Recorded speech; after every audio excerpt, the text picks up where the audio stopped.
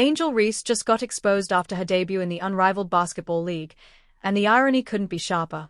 This is the same Reese who once insisted that Caitlin Clark wasn't the only reason fans tuned into the WNBA, suggesting she was just as much of a draw. But fast forward to this new league, where Clark isn't even competing, and Reese still manages to flop harder than a bad sequel.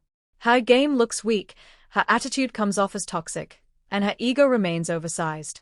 She had the perfect chance to step out of Caitlin's shadow and prove she could shine on her own, yet she still managed to lose her very first game. She got kind of overshadowed by Cameron Brink too. But remember, this girl was picked fourth, right? My question to you, Angel, what's the excuse now? The spotlight was yours, the competition was more than manageable, and yet you still couldn't deliver. So how exactly are you planning to justify this disaster?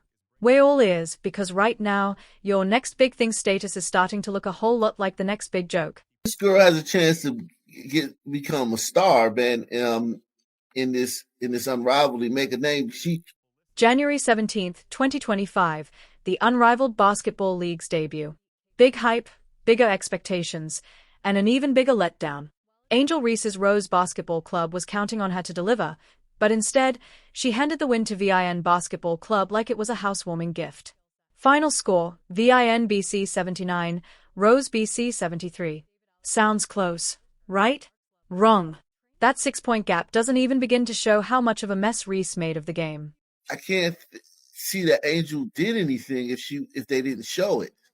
Angel Reese entered the league with more hype than a Black Friday sale, billed as the next big thing. But her debut was nothing short of a monumental flop.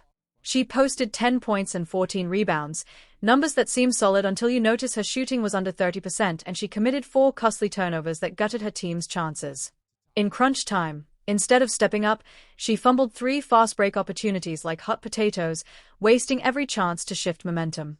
Even on defense, where her 14 rebounds should have mattered, she was a revolving door, so much so that Ryan Howard practically made the paint her home, exposing Reese's inability to anchor her team on either end of the floor. Her fans are not going to be happy if she's not touching the ball, and you're going to have, and maybe that'll be good for the league, controversy.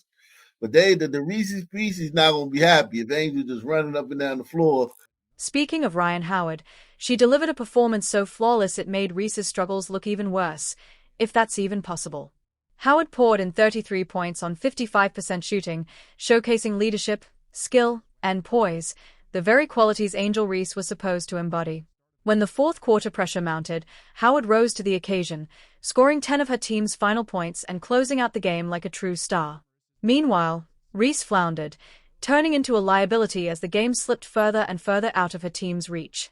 I'm so excited to join this crew. I mean, I feel like I can pull from everybody on the team. If it's coming from leadership, veteran leadership, Lexi brings a lot of defense. I've been playing against Lexi for a while. And it wasn't just Reese who failed. Her whole team followed her straight down the drain. VIN BC's bench outscored Rose BC's by 22 points, and the contrast was painful to watch. VIN moved the ball like a symphony orchestra, smooth, coordinated, and unstoppable. While Rose BC looked like they were running disorganized pickup ball at the local YMCA, no strategy, no cohesion, just chaos. The gap in leadership between the two squads was glaring. Howard led by example, elevating her teammates with confidence and composure, while Reese's uncertainty and lack of presence infected her squad, dragging them down with her. No wonder Rose BC finds itself sitting at the very bottom of the rankings. So here go the rankings right here. So they got Lona Owls, number 1, Phantom, number 2, Val, number 3, Miss, number 4, Laces, number 5, and you got Rose, number 6. Come on, bro. Y'all know damn. This wasn't just a bad game for Angel Reese, it was a full-blown humiliation that exposed every crack in her game. Turnovers, missed free throws, non-existent defensive stops, it was like a checklist of everything you don't want in your star player. Worst of all, she looked completely unprepared for the big stage. Having an off night is one thing, but this was something else entirely, as if she didn't realize this was her chance to prove herself rather than crumble under pressure. Meanwhile, VIN BC flexed on Rose BC from start to finish with teamwork, execution, and strategy that made the difference. They didn't just win, they exposed Rose BC as the unorganized mess they are, with Reese standing at the center of it all, fumbling her way through what was supposed to be her big moment. She's going to be a problem she already a thorn in Angel's side because Angel thinks she the cutest chick in the league. Comparing Ryan Howard and Angel Reese as captains is a total disaster because the gap between them couldn't be wider. Howard's experience as a WNBA superstar is undeniable. Her resume screams excellence, and her track record alone intimidates opponents before tip-off. Reese, meanwhile, still looks like she's fumbling through the tutorial. Potential is nice, but potential doesn't win championships, execution does. And Howard delivered in spades. Out of her jaw-dropping 33 points, 12 came in contested situations, proving her ice-cold composure under pressure. Reese, on the other hand, treated pressure like a car crash, each possession dragging her team down faster than quicksand. Howard commanded the court like a general, orchestrating WNBC's every move with precision, vision, and authority. Reese looked like a deer in headlights, overwhelmed and out of her depth. Howard's performance was praised as legendary by the media, while Reese's drew brutal labels like underwhelming and not ready for prime time.